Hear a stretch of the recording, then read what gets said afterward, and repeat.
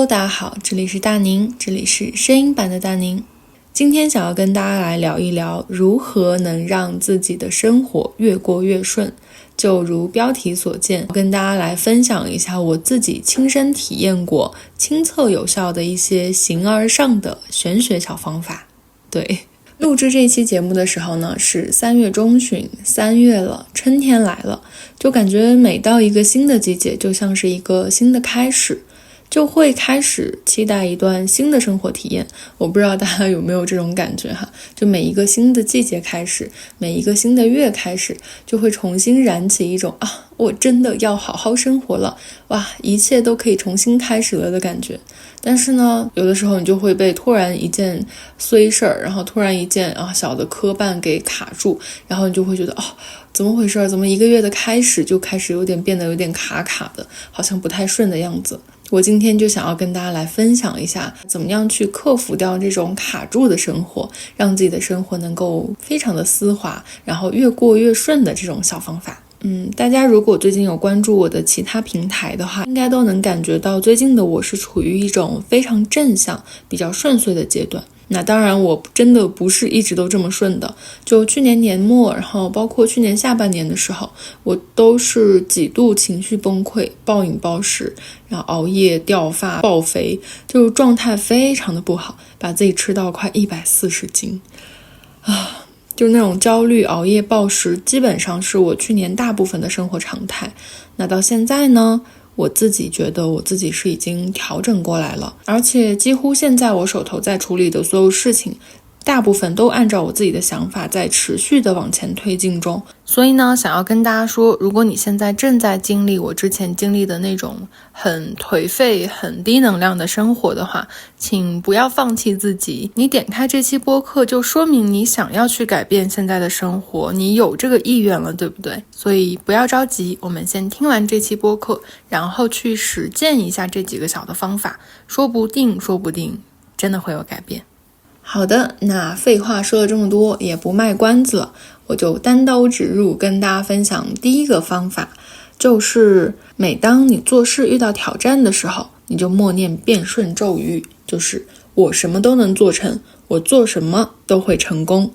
就是这句话。比如说我最近在赶一个比较难的面试，然后压力非常的大，然后经常要熬夜去做 PPT， 然后熬夜去念稿子，熬夜去做这种 presentation 的练习。但是呢，越做越觉得好不自信啊，就很害怕大家投来的目光，也很害怕大家提到的问题我自己接不住，回答不上来。这个时候呢，你就千万不能用一种我真的不太行吧，如果这样了我怎么办呀，如果那样了我怎么办呀，千万不要有这种想法，而是你要不断的跟自己洗脑，跟自己说我什么都能做成，不就是一个小小的面试吗？不就是一个小小的 presentation 吗？就完全不在话下，我绝对可以做成功，因为我做什么事情我都会成功的。听起来还是很玄，对不对？这个其实在最初期的时候，它确实是一种非常积极的心理暗示，没错，它的原理其实就是心理暗示。但是呢，希望大家能够忘记它是心理作用，而是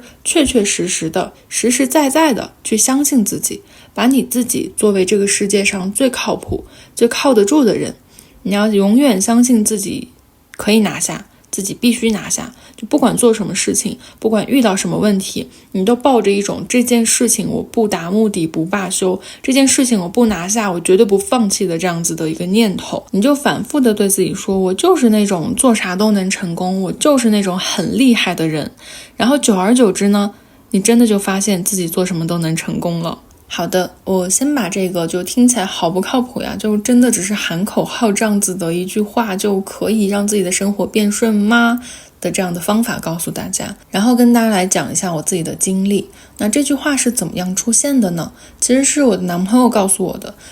过去的这1年多我们俩的相处下来，我发现他经常跟我说这句话，他说我好像是那一种做什么事情都可以成功的女生。在他说这句话之前，我其实过去的20多年里面，我完全没有这样子的一个意识，我一直是那种先埋头去干吧，结果是什么就是暂时我先不去关注，我就先去干好这件事情，我先把我能做的东西，我自己能主观能动性能启用到的地方，我先把它做好，然后再说。然后这句话就不知道为什么就不知不觉地渗入到了，就植入到了我的脑海里面。当我在遇到任何挑战的时候，比如说我在运动的时候，我最近不是在运动嘛，然后再开始减脂，然后很艰难，就做一个动作啊，做一套非常激烈的有氧做不下来的时候，我的脑海中就会突然萌现出这句话，就告诉我，你是那种做什么事情都可以成功的人，所以这点运动你不是轻轻松松拿下吗？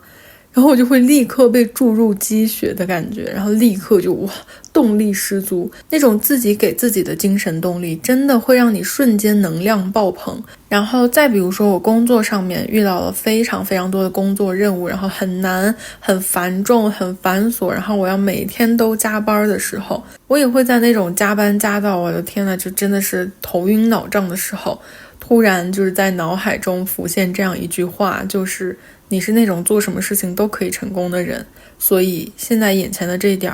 对你来说简直就是小 case， 你只用分解目标，一步一步把所有手头上的事情捋顺，一个一个消灭做完就好了。一旦你确定了你自己是完全可以完成，然后你就好像就是有一种进入了一种心流的状态，心无旁骛，你只是专注在手头的事情，一件一件做完之后，当我拖着非常疲惫的身体从办公室出来的时候，我的心里其实是很轻松的，因为我知道这件事情我就又做成功了，我就又一次用过往的成功经历来给这一次的成功加了赌注，然后我又赌赢了。所以这个让自己的生活变顺的方法呢，听起来好像只是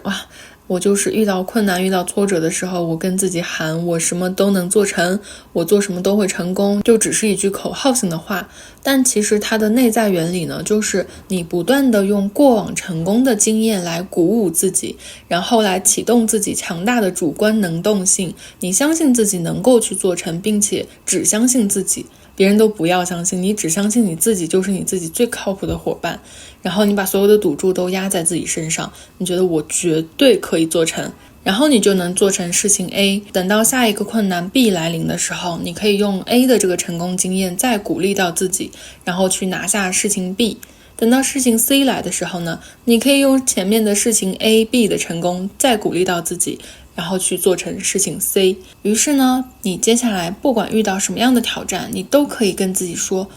我前面的事情我都可以做成，这件事情我也一定照样拿下，让自己的自我效能感充分的被拉高，让自己的主观能动性充分的被调动起来，这样其实也是不断的去变自信的一个过程。好的，那听到这儿呢，你肯定也会有一个疑问，就是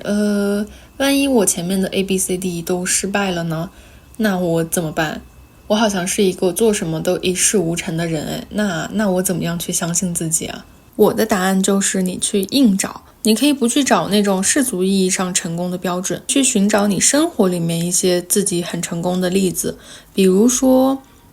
我是一个北漂，我是一个杭漂，在就业形势如此严峻的当下，我有一份工作，那我就是成功的。那再比如说我现在没有找到工作，但是我在这种就业环境如此激烈的当下，我敢于去厮杀，我比那些混吃等死不去努力的人不是有勇气太多了吗？那这不就是我的成功？虽然我现在还没有找到一份心仪的工作，但是我一直在努力，这就是我的成功。我也一定会用现在的努力换到一份我自己很满意的工作。我觉得人这一辈子一定会有一件事情是你很拿手很成功的，比如说你的性格很乐观，那这就是你的成功，你比别人都抱有很好的心态。再比如说你是一个心思很细腻的人，你可以看见外面的云，看见外面的山，看见外面的河流跟小鸟，然后你能感受到比别人更多的大自然给你的快乐，这也是你的成功。因为很多人沉浸在现实的庸常生活里面，可能大家已经完全去忽视掉了这些美好的大自然的存在，但是你却能看到，那你比别人幸运很多，你也比别人成功很多，你比别人拥有的快乐会更多。大家听到这儿就可以去想一下，我自己身上有什么样的过人之处，我自己的性格，我自己的生活经验，我自己这么多年下来有哪些地方好像确实是比别人这样优秀一点点哦，好像确实是还挺有天赋的。我觉得大家现在立刻马上想到的那个点，那它就可以作为你越来越顺生活的一个起点。你就用这个点不断的去鼓励自己，然后让自己相信我做什么都可以做成功的，因为我之前这个经验已经成功了。不断的让自己的那种自信心去越滚越大，越滚越大，就像滚雪球一样，用上一个成功的经验去激励到下一个遇到挑战的你。或者你也可以把它想象为一种吸引力法则，当你想要去完成一件事情，当你想要去做成一件事情的时候，整个宇宙都会去帮你，整个宇宙的能量都会汇聚到你这里。大家应该都有听说过一句话吧，就是越不顺的时候呢就越不顺，你越顺的时候呢你就越顺。就听起来好像是一句废话，但它其实你说它玄也玄，你说它背后有逻辑，它确实是有逻辑的。就是用过去的成功经验不断的去提高自己的自我效能感，当你觉得你自己能够做成这件事情的时候，那它就会比那种犹豫不决，那种畏畏缩缩的自己更有潜力，更有爆发力，然后你现在的挫折都可以完完全全的被 KO 掉。那以上呢，就是第一个能够让你的生活越过越顺的方法，就是当你遇到挑战的时候，遇到挫折的时候，遇到你觉得好像有点难的事情的时候，你就不断的跟自己说，我做什么都能做成，我做什么事情都能成功，我就是那种很厉害的人。对，这就是第一个方法。好，那我们来到第二个方法，怎么能让自己的生活越过越顺呢？方法2就是一定要让自己的生活变成一个正向循环，一定要把自己的生活从恶性循环拨到正向的循环中。那常见的恶性循环是什么样的呢？我跟大家来描述一下，其实就可以来复述一下我去年的年末的一些生活。首先呢，就是由于工作压力非常非常的大，工作任务很繁重，那我每天上班的时候已经被榨干了所有的精力，等到我下班的时候呢，我就报复性的想要去吃东西，就觉得上班我都已经这么累了，我就不能吃点好的，然后让自己的生活稍微有点盼头嘛。但其实所谓吃点好的，只是因为我吃了高热量油炸的东西能够给我最快速的满足，然后我的大脑就会认为那些东西其实是好的。但大家都知道油炸高热量其实就是垃圾食品，它一点都不好。但那个时候我自己的脑子就会认为它是好的，它是奖励我自己的，然后就不断的吃，因为晚上吃完东西然后就把自己吃到很撑，然后你又不想去运动，你就觉得好累啊，我刚吃了这么饱，我就别运动了吧，就稍微瘫一会儿，然后我可能就在沙发上坐着，就开始刷小红书，刷手机，刷微博，然后用短视频来麻痹刺激到我自己的大脑神经，然后就觉得这样子是放松。那个时候处于恶性循环的我就是好累啊，我不如就是捡一个我自己能够即时得到满足的事情来做吧，那就是刷手机了。然后刷手机呢，就真的不愧是杀时间的神器，就好像一下子就好像从9点突然一下子就到12点了，第二天又要早早起来上班，不得不去洗漱，然后那12点多可能就去洗漱，洗漱完到床上可能12点半左右，然后这个时候呢，因为长时间被那种垃圾的短视频刺激大脑处于非常兴奋的状态，然后就睡不着那干什么呢？就那不如就再看会儿手机吧，然后因为蓝光，因为各种的刺激就更睡不着，然后就一直处于那种长时间入睡困难的状态。差不多我去年的常态都是1点半到2点才睡觉，第二天可能早上7点就要起床，然后就长时间的睡眠不足，导致第二天的精力又不够。第二天的精力不够呢，工作的表现又很差。工作表现很差呢，就导致了工作任务的堆积，然后致使了加班又致使了暴食又致使了熬夜又致使了睡眠不足导致的工作表现很差，就完全是一个闭环。这就是一个我当时感觉无法去打破的一个恶性循环，然后让我自己的整个人的身体状态情绪都到了一个很荡的谷底。好，那上面的这个恶性循环呢，我相信也是很多人现在正在经历的生活，对吗？我很理解，我很懂，因为我经历过。好，那怎么样是正向的循环呢？我就还拿我自己的例子来讲，跟大家讲一下我最近的生活是怎么样子的。首先，我开始了每天6点起床，运动1个小时，然后拉伸、洗漱、煮鸡蛋、做早餐，提前半个小时出门，快步走路去上班。早餐呢，我吃自己做的全麦面包。那中午晚上呢，我会吃够蛋白质，吃够蔬菜，吃够碳水。因为我发现首先吃够蛋白质呢，它能够让你的精力变得很足，因为你吃了肉了，吃了蛋了，首先你会从心理上觉得，我好像吃够了东西，我就是今天能量满分。其次它是真的能够补充到你身体里面需要的东西。大家应该也都听过吧，每个成年人每天应该摄入的蛋白质的量就是每公斤体重1克的蛋白质，就至少吧，所以就是一定要吃够这个蛋白质，你就能够感受到活力满分，然后非常的抗饿。那吃够蔬菜呢，反正蔬菜的种类非常的多，热量又非常的低，你怎么吃都不会超量，所以就是你尽情的吃蔬菜吧，你尽情的吃各种各样你想吃的蔬菜吧，都可以吃。然后吃够了之后呢，还会让你的变得很顺畅，排便顺畅了之后，你的体重就会慢慢的在下降，你就会觉得哇，我的身体好像正在一个非常合理的循环中，你会心里也觉得感觉自己的身体状态好像变得蛮不错的耶。那吃够碳水呢，就不用多说，就我们生活里面吃的大部分东西，我觉得就是碳水。吃了碳水才能让自己有满足的感觉，才能让自己的这种健康的生活、健康的饮食习惯变成一个长久的、可以坚持的、可持续发展的一件东西。蛋白质、蔬菜、碳水全部都要吃够，把这种健康的好的东西吃够了之后，你会发现你对零食的渴望，对垃圾食品的渴望正在下降。同时它还会带来一个什么好处呢？就是你点外卖的次数正在下降，你花在垃圾食品身上的钱变得少了，你还省钱了。我觉得这也是一个小小的正向循环，就是当我们在恶性循环的时候，因为你要点炸串、汉堡、螺蛳粉啊什么的，他们其实并不便宜，你要花更多的钱去吃进并不怎么健康的食物，让你的身体变胖，然后你还要花更多的钱，可能要去请私教、健身房等等，去让自己变瘦，等于说你花了双份的钱，让自己的身体遭了2次的罪。那你莫不如把它调整为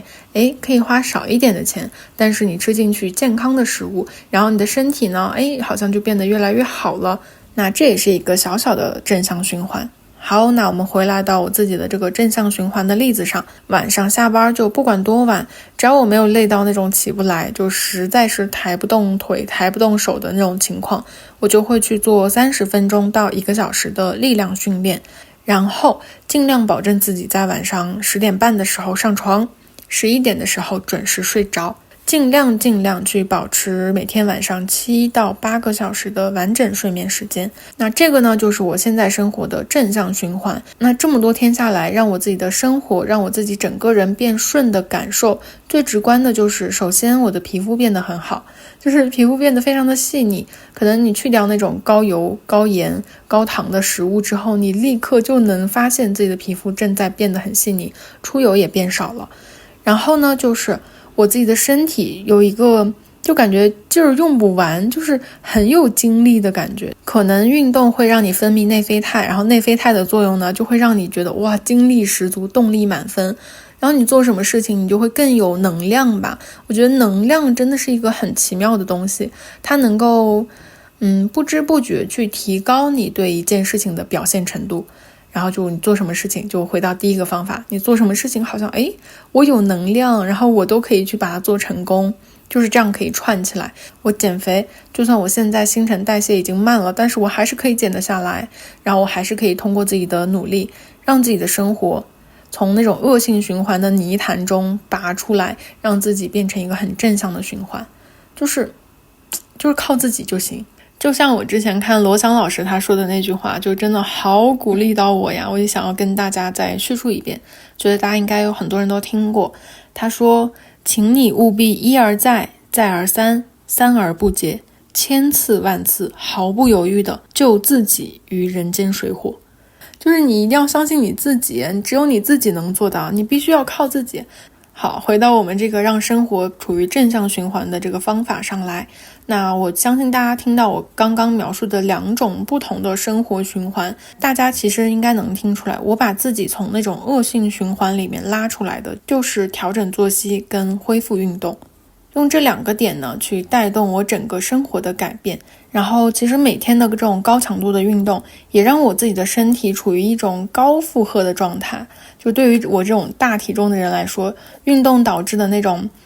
膝盖疼啊，然后肌肉酸痛呀，也都是在所难免的。那除了日常的拉伸，还要注意动作姿势的标准，还有就是可以用那种科学有效的产品去辅助你的训练，让你的运动表现能够更好，让你的身体能够恢复到更佳的一个状态中。好，那说到运动呢，就想要跟大家再分享一下我漫长而曲折的大体重的减脂血泪史。10年前我上大一的时候，那个时候其实像运动健康的概念就并不像现在这么广泛普及，其实那时候更多的就是要么瘦要么死这样的口号和单一的瘦身的审美。所以那个时候的我就完全一头栽进了疯狂跑步、疯狂做有氧的大坑。没有说跑步不好啊，跑步是一项很好的运动，只是对于一个大基数大体重的人来说，就每天晚上我都去操场疯狂的跑步，其实对膝盖的磨损几乎是不可逆的。直到10年后的现在，一旦我开始频繁的做那种高强度有氧，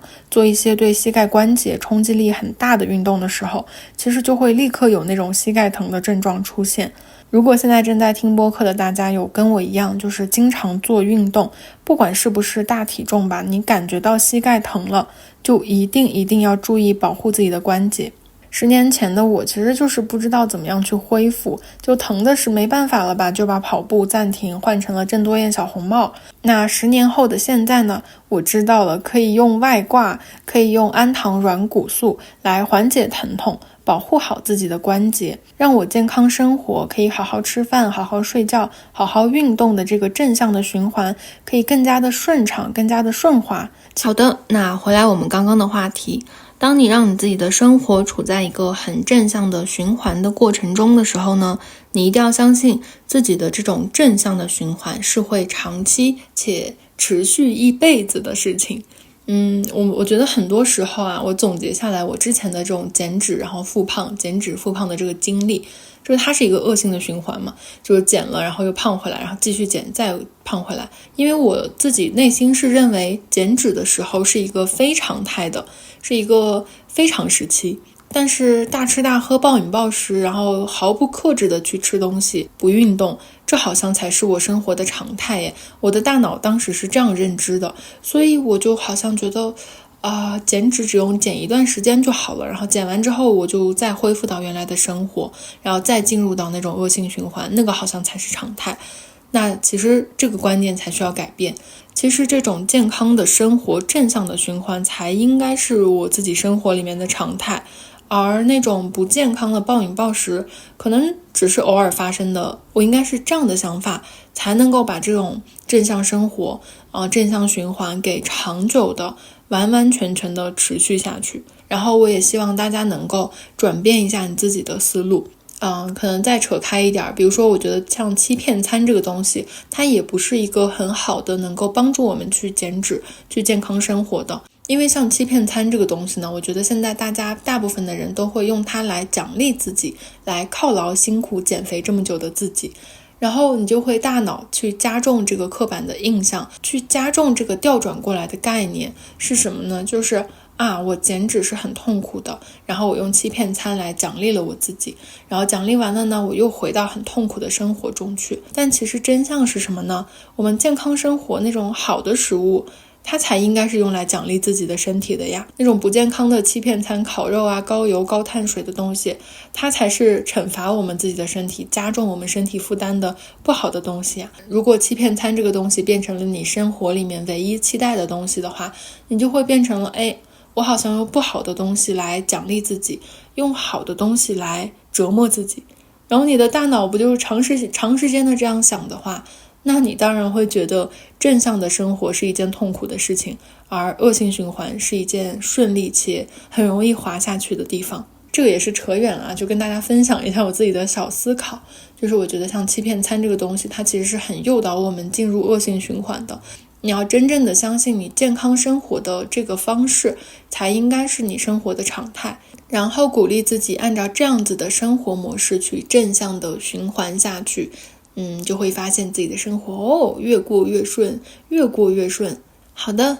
那让我们来到第3个方法，也就是我最近体验到的最后一个，我觉得可以让自己的生活变得越来越顺的方法3，就是你一定要明确一个阶段性的生活主线。因为人的精力跟意志力都是有限的，就如果你同时开了很多支线任务，然后同时进行的话，你就很有可能会那种眉毛胡子一把抓，然后最后啥也没完成，就什么都搞得很稀碎。所以大家可以听完这期播客，就去找一张纸，或者是在你的手机上，先去把自己的生活给划分一下。你先理清一下，你说你这个阶段我到底什么样才是我的主要的目标，其实就是抓主要矛盾。你就先想一下，我这个阶段我最主要最核心要完成的东西是啥，然后你把大部分的时间跟精力都用到这个主线任务上，然后剩下来的少部分空余时间，然后你再去留给支线任务。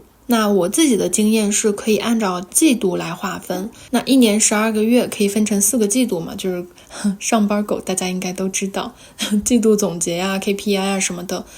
大家应该也都非常的熟悉，再熟悉不过了。然后大家可以把这个工作的模式给移到生活上来，也更应该借鉴这种工具理性呀阶段性的目标来划分一下自己最重要的生活。因为像一个习惯的养成应该都是以月为单位来计算的吧，就你想做的很多事情啊，你想养成的很多健康的习惯啊，都可以用大概3个月的时间做到，应该大部分都可以做到吧。所以大家可以按照3个月，然后明确一下你这个季度的主线任务。比如说这个3月开始就是一个新的季度开始了嘛，我给自己的生活主线任务就是减脂瘦身，那我就要做好自己的饮食、睡眠、运动这3样最主要的东西。那这个就是我这个3月积极的在完成、积极的在改变的事情。其他的支线任务，比如说我的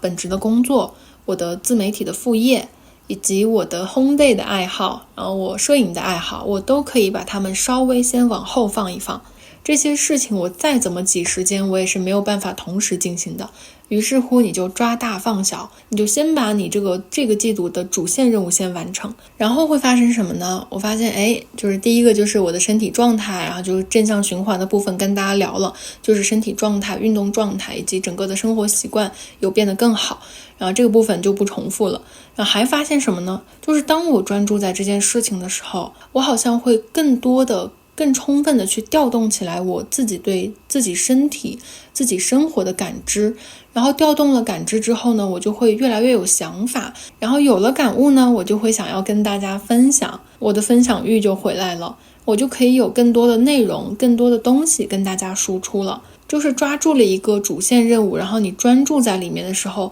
你就会发现它带来的那种复利效应，不断的让你自己有更多的东西可以去输出，让你有更多的内容可以去创作。你就会觉得我只是在做这个主线任务，没有想到它会带动其他的支线任务也在向前推进。然后我的建议其实也是每个季度、每3个月你就来检查一下自己的这个主线任务的进度怎么样了，然后等到下一个月的时候、下一个季度的时候，你再想要不要更换一下主线任务。我觉得这样子也会让自己的生活变得越来越有趣。你可以用这4个阶段不同角度的去自我成长，就是有一种自己跟自己玩游戏，自己给自己设置了主题任务的感觉。人生本来就是一场游戏，那这个游戏的主角可以是你，游戏的 NPC 也可以是你，当然这个游戏的设定者同样也可以是你。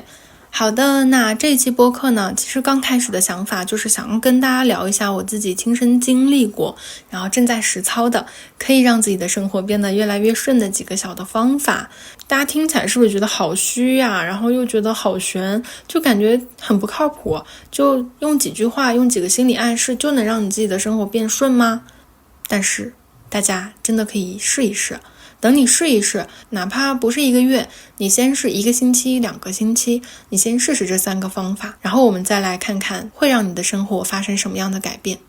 那小小的总结一下这3个方法，就是首先明确你自己生活的主线任务，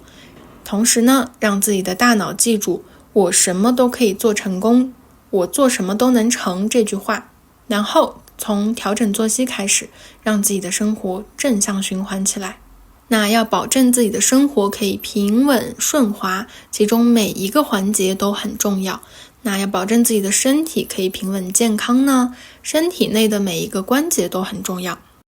好的，那以上呢就是本期的节目，希望听到这一期节目的大家都可以把自己的生活越过越顺，都可以汇聚宇宙的能量来帮助自己。也希望你想要做的每一件事情都可以成功。好的，还是感谢大家的收听，我们下期见。